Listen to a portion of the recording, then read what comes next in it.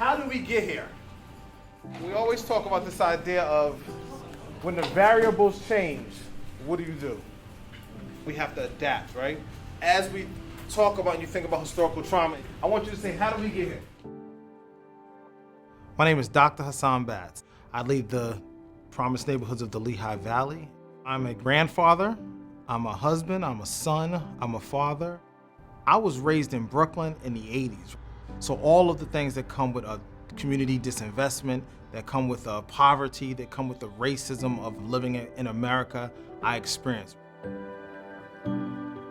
My life growing up was really about these behavioral challenges that I had. And I lived in a loving home. My mother loved me, but she couldn't do it alone. And I lived within a community that was suffering. And then I went to schools and facilities that were just atrocious. Adverse childhood experiences are those things that disrupt your stability and your well-being. One of the most troubling parts of it as I begin to learn about ACEs is that you tend to begin to normalize trauma. Everyday experiences were adverse childhood experiences, and no one stopped to ask me if I was okay. I have this book I'm gonna write sometime when I get a moment or a breather that says the highest ACE score in the room.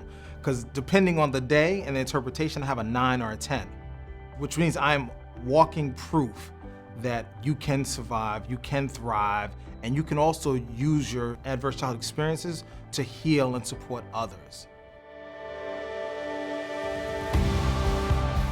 Resilient Lehigh Valley is folks across sectors, across our community coming together, recognizing the individual stories and the role that the families, the organizations, the community play in creating an environment where our children can thrive in spite of their experiences.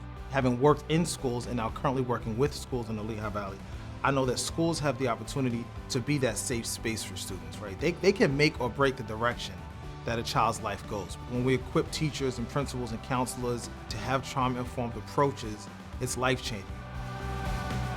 You know, in my 20s, I got mentors and supporters and coaches and sponsors that really believed in me. We need people that, when we do go astray, they pull us back in and pull us closer to community. That's part of the healing process, is knowing that someone supports you and believes in you, even when you struggle to believe in yourself.